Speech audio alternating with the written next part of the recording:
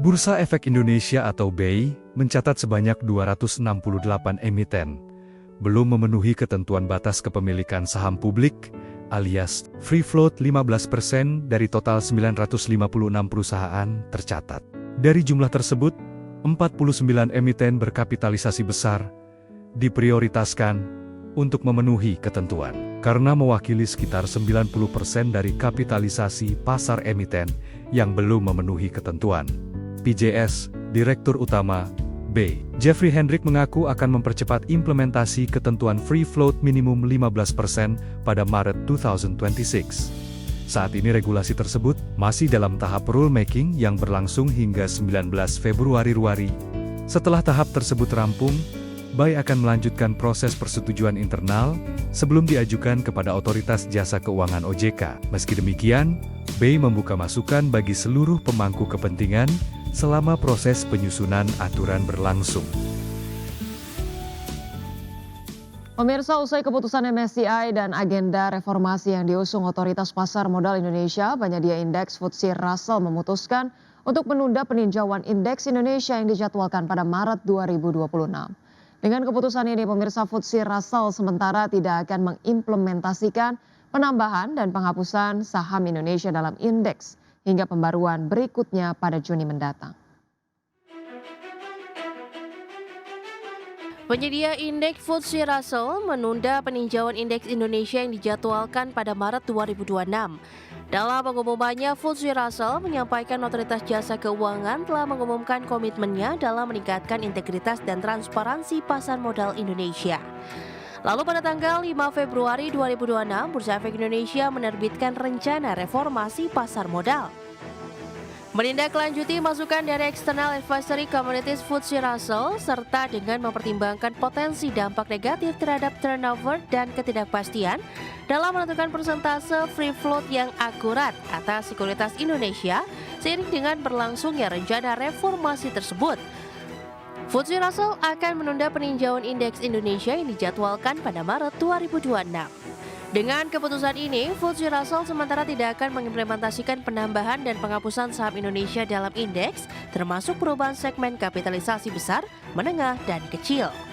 Selain itu, FTSE juga tidak akan menerapkan penyesuaian bobot investability, perubahan jumlah saham beredar, serta aksi korporasi berupa right issue, hingga proses reformasi dinilai lebih jelas. FTSE Russell akan memberikan pembaruan sebelum tanggal pengumuman peninjauan kuartal FTSE Global Equity Index Series Juni 2026, yaitu pada Jumat 22 Mei 2026. Sementara itu, kabar kurang sedap juga datang dari lembaga pemeringkat Moody's Ratings yang menurunkan outlook sejumlah emiten Indonesia menjadi negatif dari sebelumnya stabil. Emiten-emiten tersebut seperti Telkom, Indofood CBP, United Tractor, hingga perusahaan gas negara. Moody's juga menurunkan outlook 5 bank Indonesia yaitu Bank Mandiri, BRI, BNI, BTN, dan BCA menjadi negatif. Dalam keterangannya, Moody's merevisi outlook menjadi negatif dari sebelumnya stabil terhadap sejumlah emiten di Indonesia, menyusul penegasan peringkat Baa2 untuk Indonesia dengan perubahan outlook menjadi negatif dari stabil. Moody's juga menjelaskan seiring dengan outlook negatif yang didapatkan perusahaan-perusahaan tersebut, Moody's tidak mengharapkan adanya momentum kenaikan peringkat pada perusahaan-perusahaan tersebut. Moody's menyatakan outlook dapat dikembalikan menjadi stabil apabila outlook peringkat sovereign Indonesia kembali stabil dan kualitas kredit perusahaan-perusahaan tersebut secara umum tetap tidak berubah. Berbagai sumber, IDEX Channel. Pemirsa, arus keluar dana asing dari pasar saham Asia melonjak tajam pada pekan pertama Februari 2026. Pada pekan yang berakhir 6 Februari, investor asing mencatatkan penjualan bersih saham senilai 9,79 miliar dolar Amerika. Arus keluar dana asing dari pasar saham Asia melonjak tajam pada pekan pertama Februari 2026. Tekanan terbesar terjadi di Korea Selatan dan Taiwan, seiring melosnya aksi jual global pada saham-saham teknologi akibat kekhawatiran terhadap besarnya belanja modal terkait kecerdasan buatan. Berdasarkan data LSEG, investor asing mencatatkan penjualan bersih saham senilai 9,79 miliar dolar Amerika Serikat pada pekan yang berakhir 6 Februari. Angka ini jauh melampaui total penjualan bersih sepanjang Januari yang tercatat sekitar 3,9 miliar dolar Amerika Serikat. Data tersebut mencakup pasar saham Korea Selatan, Taiwan, Thailand, India, Indonesia, Vietnam, dan Filipina. Di Korea Selatan, investor asing menjual bersih saham senilai 7,48 miliar dolar Amerika Serikat dalam sepekan, berbalik arah dari aliran masuk sebesar 446 juta dolar sepanjang Januari. Tekanan serupa terjadi di Taiwan, di mana saham-saham yang mencatatkan penjualan bersih asing sebesar 3,43 miliar dolar Amerika Serikat pada pekan terakhir, setelah sebelumnya menerima aliran dana asing senilai 306 juta dolar pada bulan lalu.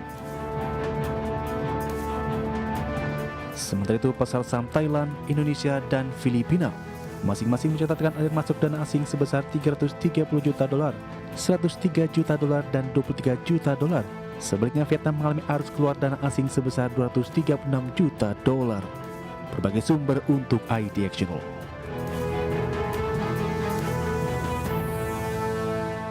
Terima kasih Anda masih bergabung sama kami. Pemirsa, PT Nusa Palapa Gemilang Tbk mengamankan kontrak senilai 217 miliar rupiah dari segmen perkebunan kelapa sawit pada tahun 2026. Direktur Utama PT Nusa Palapa Gemilang Tbk, Ujang Suparman, menilai kontrak tersebut menjadi tonggak penting bagi perseroan dalam memperkuat kinerja penjualan sekaligus memperluas penetrasi pasar di sektor agribisnis strategis. Adapun produk yang tercakup dalam kontrak tersebut meliputi pupuk NPK serta formulasi nutrisi tanaman yang dirancang sesuai karakteristik lahan dan fase pertumbuhan kelapa sawit. Manajemen menegaskan bahwa kontrak senilai 217 miliar rupiah tersebut tidak bersifat satu kali, melainkan merupakan bagian dari pipeline penjualan berkelanjutan yang tengah dibangun perseroan. Sejalan dengan capaian tersebut, manajemen perseroan menargetkan pertumbuhan pendapatan sekitar 20% pada 2026.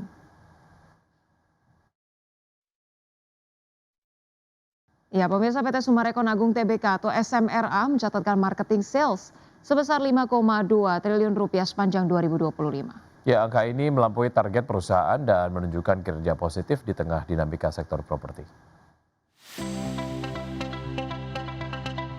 PT Summarecon Agung Tbk berhasil melampaui target marketing sales di tahun 2025 sebesar 5 triliun rupiah dengan realisasi mencapai 5,52 triliun rupiah. Capaian ini tumbuh 27% secara tahunan dan ditopang lonjakan penjualan pada kuartal 4 yang menyentuh 1,96 triliun rupiah.